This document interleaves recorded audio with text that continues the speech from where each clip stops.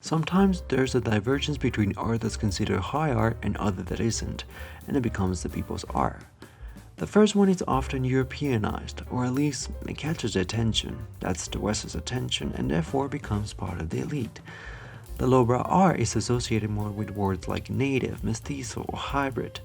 In the context of Mexico, we think of painters like Frida Kahlo, Diego Rivera, Rufino Tamayo, José Clemente Orozco, and David Alfaro Siqueiros.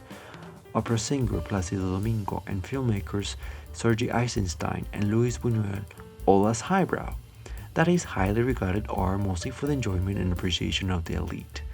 In the lowbrow category, we have ranchera movies in the 1930s and 40s, Pedro Infante, Lupe Vélez, Blanca Estela Pavón, Vicente Fernández, the romantic singer Juan Gabriel, and Cantinflas? Ian Stevens calls this rascuachismo, a term that is used by the bourgeoisie to call to other. Writing, while Mexico's high society employs the term in order to distance itself from cheap, low-born culture, rascuachismo is a source of pride among the dispossessed, someone beyond the pale of approved taste and decorum. Cantinflas is very much rascuache. He used to be beloved by the masses. His fame and work has not only been nationally recognized, but one could say worldly. Yet today he is mostly unknown in Europe and the United States, but most concerningly, he is unknown by the Mexican people, who barely speak of him today. In other words, he appears to be vanishing into the ether. It appears that the elite in Mexico, the ones who control the mainstream and act as the gatekeepers of their society and culture, have perhaps arbitrarily decided that Mario Moreno's Cantinflas isn't worth remembering as a person who left his footprint in cinematic history and in the nation as a whole. In this video, I'll go over his career, the aspects that made it unique, and some of the reasons behind his home country's, that is Mexico's, recent rejection or unconscious push towards oblivion. Mario Moreno, as it was the name behind the actor who gave life to Cantinflas in 40-something films, was sort of the Charlie Chaplin of Latin America in the late 1930s, 40s, 50s, and early 60s. He is the interpretation of pelado. And yes, I'm providing you with the definition. Steven writes that pelado belongs to a most vile category of social fauna. He is a form of human rubbish from the Greek city. He is less than a proletarian in the economic hierarchy and a primitive man in the intellectual one. He can be vulgar and nearly a hobo, or maybe an utter hobo. Cantinflas, the character, often uses crude and suggestive language. He has created a dialectic of his own, a diction which abounds in ordinary words, but he gives these words a new meaning. He conjugates verbs erroneously, comes up with new adjectives and adverbs, and doesn't complete his sentences. He utters pure nonsense, and everyone laughs at the situations he creates with his ignorance, manners, and attitudes. Born on August 12, 1911 in Santa Maria la Redonda, a poor neighborhood of Mexico City, Cantinflas was the son of a mailman, the sixth of 14 children. As a teenager, he became, by turns, a bullfighter, a shoeshine boy, a taxi driver, circus clown, acrobat, and a successful boxer before going on to join a carpa, which was a sort of traveling road show that combined circus acrobatics with slapstick comedy. He performed song and dance numbers, all talents that he would use to his advantage in his future films. There are a few permutations on how Mario Moreno got his stage name. He has defended that Cantinflas was conceived with the sole purpose to not allure his showman aspirations to his family. He didn't want his parents to know that he was pursuing comedy and stage work. Stavas also wrote that, one night on stage, he was very nervous that he pissed his pants and his sentences were falling all over each other. The audience greeted him with an applause. En la cantina tu inflas, you've been tanking up in the cantina. The words conflated in Moreno's Reg's mind, telescoping to Cantinflas. It became his nom de guerre. Aside from his name, the character's signature appearance was always loose pants, worn-off shirt, and a dirty hat, which were the foundations of the contemporary Mexican identity. I do think we have to acknowledge that Cantinflas left a significant print in Mexican popular culture and perhaps around the world. His stage name will enter the Diccionario de la Real Academia Española, Dictionary of the Royal Spanish Academy, in several shapes. As a verb, cantinflear, to blather on and on while saying nothing. As a noun, cantinflade, something done or said by an adorable clown, and as an adjective, cantinfliada, dumb. But how is it that this man achieved this kind of stardom that even had Hollywood ringing the phone? A couple of things were happening in the background that formed the perfect storm for Cantinflas' rise. Cantinflas first started to appear in films in the late 1930s. It was still fairly recent since the Civil War had ended in 1920. Mexico was in search of a soul, a cultural identity, and a struggle to get one as the government and the people didn't really agree on anything. Dr. Cesar G. Abarca writes, "The cultural representation of working people during this period was dominated by land-based economic structure of the country, and it was one of a landless campesino or peasant. Furthermore, during the period of the Mexican Revolution between 1910 and 1920, our identity was shaped and reshaped by turbulent times in Mexico. Even during the period preceding the revolution, during the dictatorship of Porfirio Diaz between 1876 and 1911, our cultural identity was in constant crisis." Stavas writes, "In the wake of a decade-long civil war, Cantinflas offered a kind of catharsis, which explains perhaps why the Mexican government endorsed Cantinflas. He makes the agitated masses happy. His subversive spirit never quite obsessed the status quo. Although he seemed to be speaking mostly to an audience that was poor and little educated, he wasn't steering things in a socialist fashion the way, say, his sort of doppelganger did." Ismael Diego Perez compares Chaplin and Cantinflas, writing, "Cantinflas is the pelado who lives happy in the social class into which he was born. Chaplin attacks bourgeoisie. I mean, they were both hopeless romantics and will poke fun at social stereotypes, but make no mistake about it." Stavas writes, "Chaplin was an essentially hostile creation. His was a socially conscious message in the tradition of Jewish European liberalism, and his left-wing views often place him at the center of heated controversies. Cantinflas, on the other hand," Stavas writes, "his verbal abuse and mal gusto, his roughness, may have been anti-elitist or anti-progressive, but they were never anti-establishment. Unlike Chaplin, he had never been a leftist. Also, Chaplin had little success transitioning to talkies, while Cantinflas' mouth essentially would never be shut, as he was always spouting excessive, void words to communicate nothing or little honestly.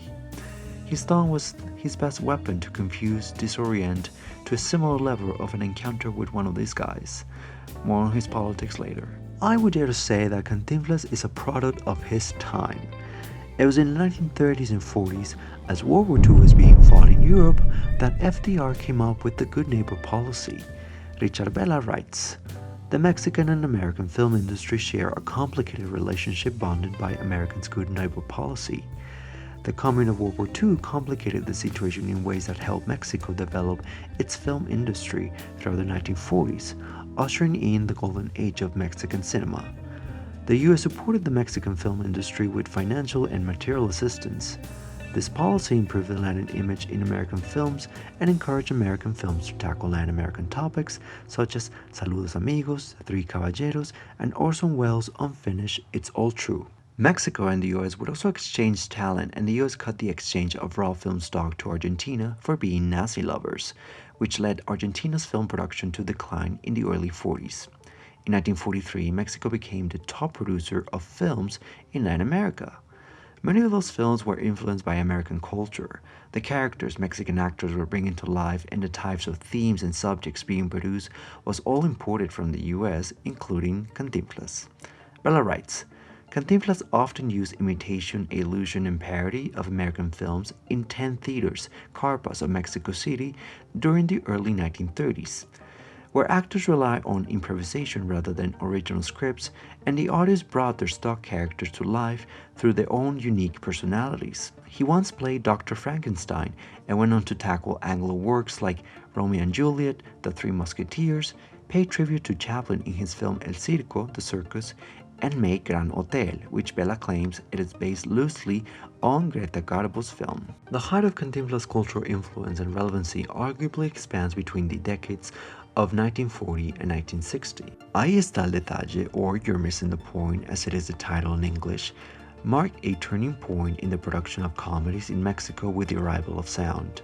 Neil Corrett writes in his book Mock Classicism, Latin American Film Comedy between 1930 and 1960, quote, The comedian's appeal relies on the evasion of intelligibility and argue that the film comedy more broadly complicates the detonative nature of classical film language and frustrates narrative cognitive approaches to spectatorship. Cantinflas' most amusing verbal encounters in the film often position his relajo character opposite the romantic and polished language of Barbades Cayetano. Cantinflas' verbal dexterity undermined Barbades' attempt to appear grandiloquent, revealing the latter's cruel hypocrisy. I mean, just take a look at this scene. Cayetano confronts Cantinflas at gunpoint, interrogating him and threatening to end his life. Despite his innocence, Cantinflas eludes questioning nor by physically avoiding detection or by denying his complicity. Instead, he just uses polite convention to disarm the overly jealous husband. I'll just read over the dialogue of the scene, which was originally in Spanish and the translation doesn't do justice, but I'm doing the best I can. I play it, but copyright, folks. Come out of there! No thanks, I'm fine here. Won't you come in? There's cookies, brandies, and cigars. Thanks, I just ate. I just did too, but you know. Sure, I know. Come out right now! Now that you put it so nicely, sure, I'll come out. Now, if you'll excuse me, I really have to go. I'll come back soon. Excuse me. Sure, go ahead. Stop right there. Where? There. There? Here. Make up your mind. What? Here or there? Here, and answer me quickly. I can. Why not? You haven't asked me a question. You're right. What are you doing here? You told me to stand here. I mean, what are you doing here in my house? I've been asking the same question. What am I doing here? So I guess I'll leave now. Stop there! Not again. Are you joking? Don't mock me. Answer me before I shoot. You better ask before you shoot. What are you doing here? What about you? None of your business. I don't understand. Why is it my business if it isn't your business? Because I am the husband. What husband? The husband. My husband? Don't say that. People might hear you and my reputation. I am my wife's husband. Hers too? Yes. So why should I care? I never meddle in private affairs. You don't? I'll tell you what are you doing here in my house, if you'll be so kind. Corred writes that this exchange between the pelado and a straight man was a typical carpa skit for two, a collision of social classes in a collision of languages. His comedy is very much associated with relajo, which the literal translation is relaxation. Cantinflas is often aligned with the comic practice of relajo, which is often ascribed to Mexico, although the term has significant currency in other Caribbean contexts. Cantinflas wanted to reach the wide mass audiences, yet his characters struck a chord mostly with the poor and working class people. The cultural representation of the character on film displayed the diversity of experiences between those Mexican nationals who live in rural areas, those who live in urban enclaves, and even those who cross the border in search of the American dream. And Cantinflas did reach the masses, as he represented the moment, and therefore them. Stawitz writes that the personification of pre-industrial Mexico struggling to join the 20th century, his elliptical adventures help audiences understand the transition from rural to urban settings experienced by many poor, uneducated campesinos throughout Latin America, a quixotic journey where a quote-unquote good job might still earn only a few good pesos. Even Cantinflas' comedy style was very relatable to his audiences, the lower class. Corred describes Cantinflas' relajo style as a defensive tactic with a characteristic lack of seriousness, paradise, and disarms the rhetorical stranglehold of officialism, a strategy that was particularly effective in the context of the reigning illiteracy of 1930s Mexico, with nearly 70% of the population unable to read. After his initial success, Cantinflas continued to work for the most part with director Miguel M. Delgado and screenwriter Jaime Salvador, and they essentially recycled some of the same elements in each film. First, Cantinflas was always the same baggy pants, the same hat, torn grimy shirt, the mustache. He's always the man of the people, courts the young beautiful girl, and in the background of all of this, the villain is mocking his naivete, only to be ridiculed by Cantinflas' unexpected cleverness. Although Cantinflas has a less universal impact, he was huge in the Americas, especially in the south of the continent. The Hispanic world loved him, from Peru to Chile to Venezuela, Colombia, and Argentina, where in 1942 he brought box office records. Castro Recalde and Maki Urban ultimately supposed that Mexican cinema invited identification by resorting to traditions and genres that were not Anglo but Hispanic, invited identification by local and foreign audiences. But the nature of this identification remains underexplored. Box office receipts become evidence of audience identification. Some scholars claim that Latin Americans wanted to be specifically Mexican because of Cantinflas, but there were some probable flaws too because, as Correct puts it, the feeling of belonging to a nation was strengthened by this industry that homogenized the way broad public sector saw itself. We don't like outsiders to minimize complex cultures into a stereotype or a monolithic caricature of who they think we are. But in this case, within the Latina community, the Latina representation was resting over the shoulders of this guy and minimized into uneducated, peasant-looking, and slacker archetype. His popularity in Latin America made rumbles all the way to Hollywood, who was calling for him to star in the flamboyant and grandiose Around the World in 80 Days. In 1943, Cantinflas hired an agent, Margaret Cook, to represent him in Hollywood and generate interest. It was later revealed when Cook sued Cantinflas for not paying her 10% commission that he turned down many offers. Cantinflas got paid for his work in Around the World $300,000, which adjusting for inflation in 2022, it would have been $3.1 million, minus Cook commission, which would have been $30,000 then. The film is about a Victorian Englishman who bets he can circumnavigate the world in 80 days. Cantinflas plays Passepartout, the fearless and clever assistant to Phileas Fogg. I recently watched this movie and let me tell you, it's aged poorly. There are just so many wrong things with it, the pacing also doesn't help, but mostly, it's a racist piece of shit. Shirley MacLaine plays an Indian woman, yes, from the country of India. Also check this scene. I'd play this scene, but copyright isn't my friend, so I'll provide some context. In this scene, these four men discuss how an Indian woman is going to be burned alive after her husband has passed away, something called sati, this outlaw practice of burning to death a widow. The men look at this scene from the distance and one of them says there's nothing they can do to stop it, but the Indian guy intervenes saying that the woman doesn't want to commit sati, she wants to live. The white men discuss the possibility of saving her. They doubt it until the Indian man mentions that she was educated in England, to which this man says, "She was educated in England. That decides it. That decides it. That decides it. That decides it. That decides it." Is her life unworthy if she wouldn't be indoctrinated with a Western education? It portrays Native Americans as evil. What else is new? There are elements of white savior, and just picture all those mattering things you know about different cultures around the world. This movie feels like it took all of them and made an amalgamation of it. Stereotypes and generalizations that seem cartoonish. There's a scene where Indians are heckling Cantinflas for mistreating a cow. I know they're considered sacred, but it didn't seem realistic to be heckling someone like that. I don't know.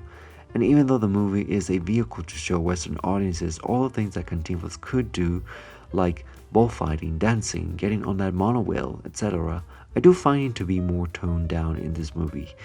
He has some funny scenes, but not on the level he's capable in Spanish. I think it has to do with his English, which it isn't bad, but Cantinflas became a famous comic for his distinctive language pattern and syntax in Spanish. His tongue was his definitive feature as a performer, none of which translate when he crossed the bridge to English language films.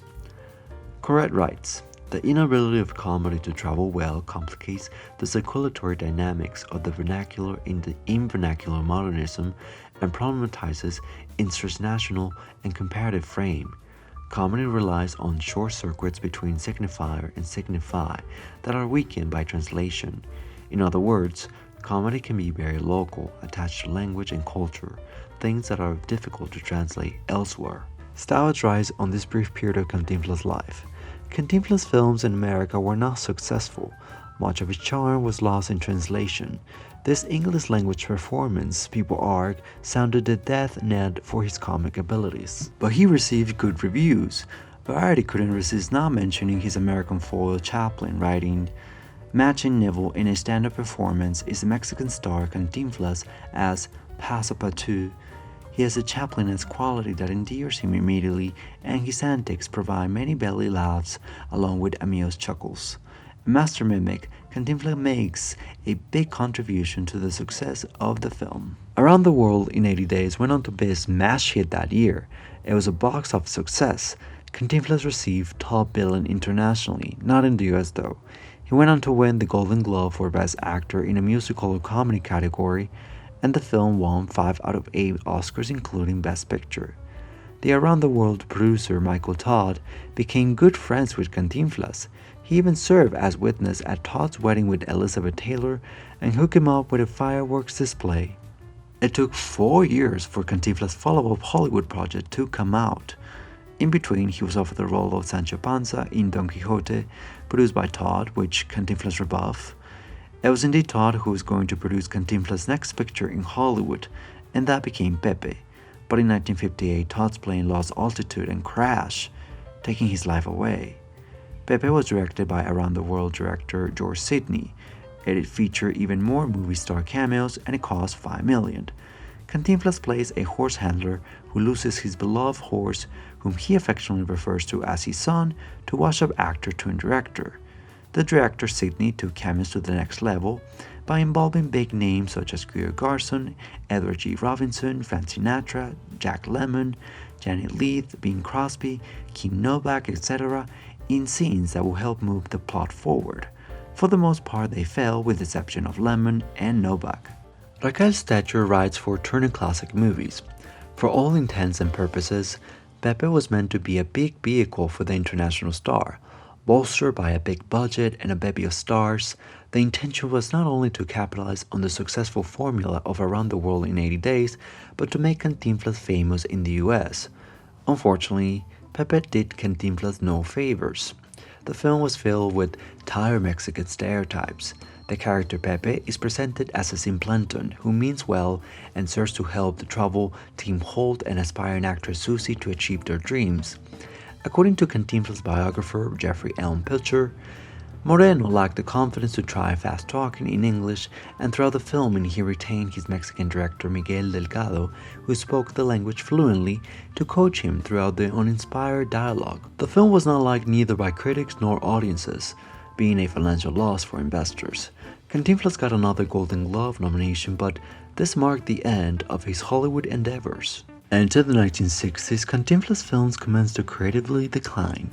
Correct writes, quote, "The decline of the comedian's films, and arguably the golden age to occur, was a function of declining Hollywood investment following the Second World War and the cronyism of state financing and syndicated entrenchment, as well as the broadening and formula-driven narratives of the films."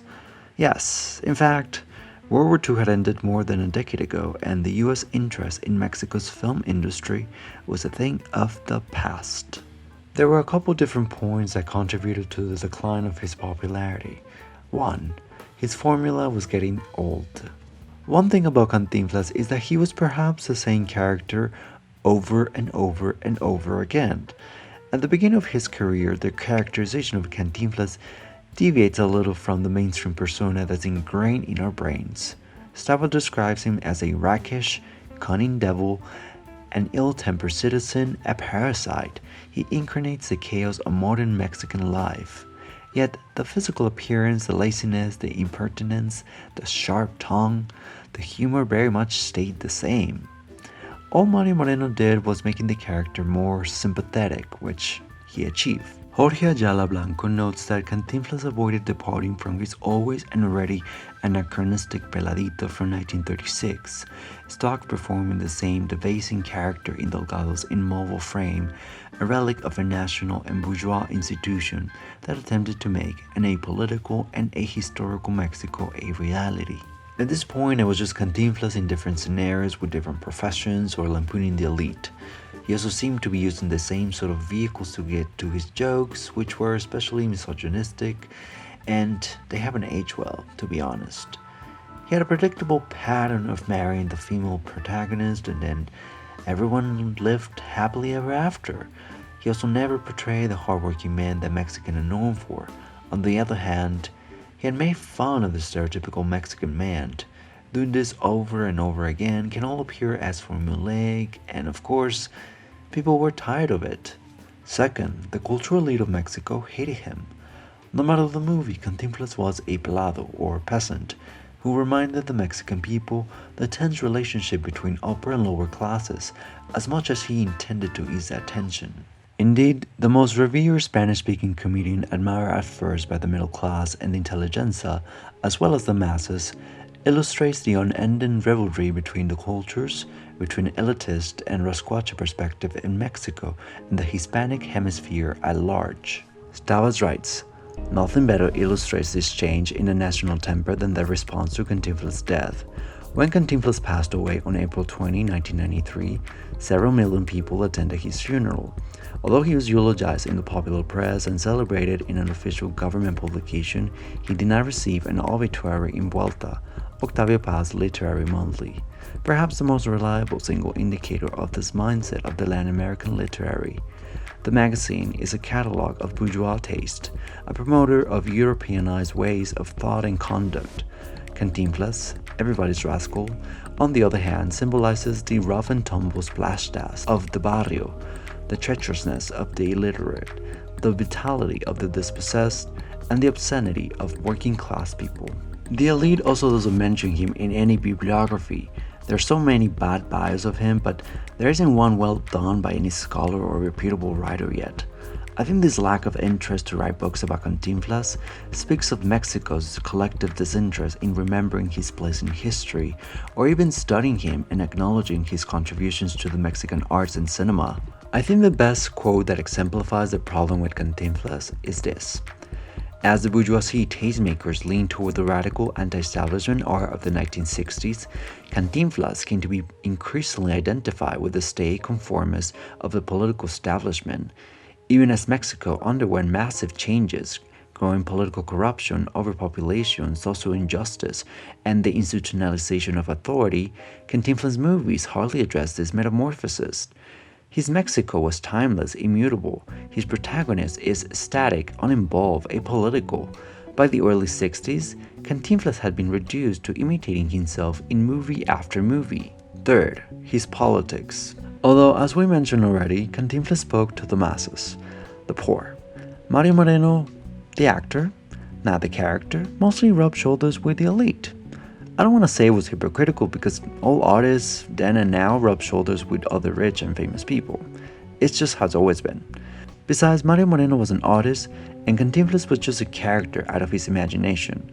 Although in Mario Moreno's situation, it's a little different and weird because he wasn't loved by the elite, but he was by the masses.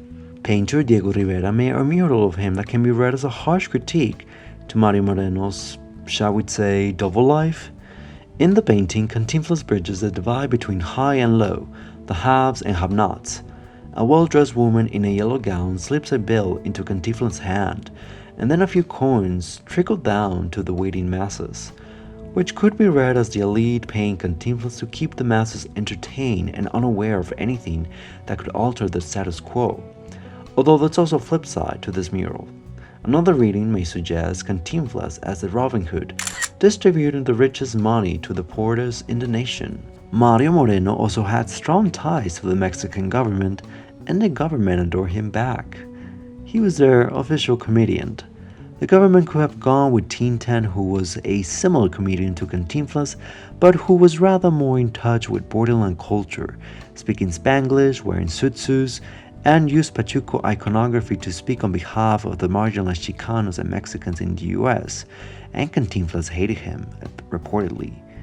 But Mario Moreno was at the heart of the nation, Mexico City, and he rose to fame when the country was trying to grasp to an identity around the time when Lázaro Cárdenas was the president. It was an intensely nationalistic period, and the government wanted to present Mexico as a peasant country in touch with its pre-Columbian roots. As part of the elite himself, it was beneficial for Moreno for things to stay the same. His character was initially linked directly with the political and social landscape the country had adopted in the mid-30s and 40s. Despite of the fact that those aspects were changing, Cantinflas didn't want to reflect that in his films. Why would he want to overthrow the system that got him on top in the first place? Instead, his dialogues often coincided with the then current government's policies, a kind of subtle propaganda. Moreno participated actively in Mexican politics. At first, his political intervention seemed very much in keeping with his Cantinflas persona, culminating with his leadership of the Actors Union during the critical 1944 to 1946 period, which, rumor has it, he was once accused of mishandling the organization's money. But at the same time, Moreno increasingly associated himself with the most corrupt leaders of Mexico's ruling party, the PRI, both privately as a kind of court jester and publicly endorsing candidates. By the end of his career, he lent the Cantinflas persona to propping up the regime he once had criticized with such charming precision. In his last awful movies, Cantinflas called it hippies and praised the police. Mario Moreno was an advisor to President Gustavo Díaz Ordaz, the asshole responsible for authorizing the massacre of hundreds of students in Tlatelolco Square on the eve of the Olympic Games in 1968. This event in particular was the catalyst for Mexico's controlling party, the PRI, to want to look outwards when it came to redefining their identity and setting aside any lowbrow type of art and artists, including Cantinflas. This takes me to the fourth point. Mexico wanted a different national identity, and the pelado Cantinflas didn't cut it anymore. It was not part of the narrative and image Mexico wanted to create to the rest of the world moving forward. Samuel Ramos, a philosophy professor at Universidad Nacional Autónoma de México, believed Mexico was paralyzed by an inferior complex. The best way to examine the nation's soul, he argued, was through El Pelado Mexicano. Mexico needed to revamp its image to the world and its markets, especially after killing hundreds of students. The thing with Cantinflas, aside from repeating himself way too much, was that his films barely portray any realism and therefore were apolitical. This made Mexico to put him aside, and his career never recovered after that. He continued to make movies in the late 60s and 70s. He amassed a great personal fortune, but he no longer appealed the working class he once culturally represented. He was not loved by the elite ever again, and it seems like he won't ever be, even posthumously. According to BBC, there are reports after his death that have commented that Mario Moreno's personality differed from his Cantinflas character, that he was stubborn, hostile, and cold. Writer Guadalupe Loaiza said that Mario Moreno was not a likable figure, that he was unsympathetic. She describes his character as sinister with evident ambiguity, and that his colleagues never liked him. In 2014, a biofilm about Cantinflas titled Cantinflas was made documenting his early beginnings in the Carpa and the negotiations that took place prior to securing his place in Around the World in 80 Days. One weird detail is that the main role, considering the number of Mexican actors that exist, was played by a Spanish actor, Oscar Jaenada. Was it no one in his native land willing to take the role? Or they simply wanted a Spaniard to play him. Also, that's another bad movie, just sloppy, cartoonish, and sadly there isn't anything that makes Cantinflas' life a compelling movie. I do think the movie signals what I have been talking this entire video, and that's that by the end, Mario Moreno gained detractors, and there were indeed a lot of people who hated him. Those who knew him personally hated him. But I don't think it is so simple to point out the real reasons behind Cantinflas' seeming erasure from Mexicans' mind. Just like he was a product of its time when he rose to fame, he later became disposable as a product of other times. Maybe he should have shown his range as a performer. Maybe he should have stayed away from politics. Maybe he should have read the room better. Could that have avoided the opposite? Will Mexicans be bothering to remember him today? 250 people did go to his funeral, but the gatekeepers in a few years from now might erase him completely for the future generations to come and the culture they are going to be exposed to. They certainly will learn about Frida Kahlo, Diego Rivera, Dolores del Rio, Plácido Domingo, Alfonso Cuarón, Guillermo del Toro, Alejandro González Iñárritu, but where does that leave Mario Moreno's Cantinflas? Will his mural decay like his old summer house? Will anybody bother to ask who is that guy with droppy pants and overall disheveled presence? Or will they just walk by? I guess only time will tell.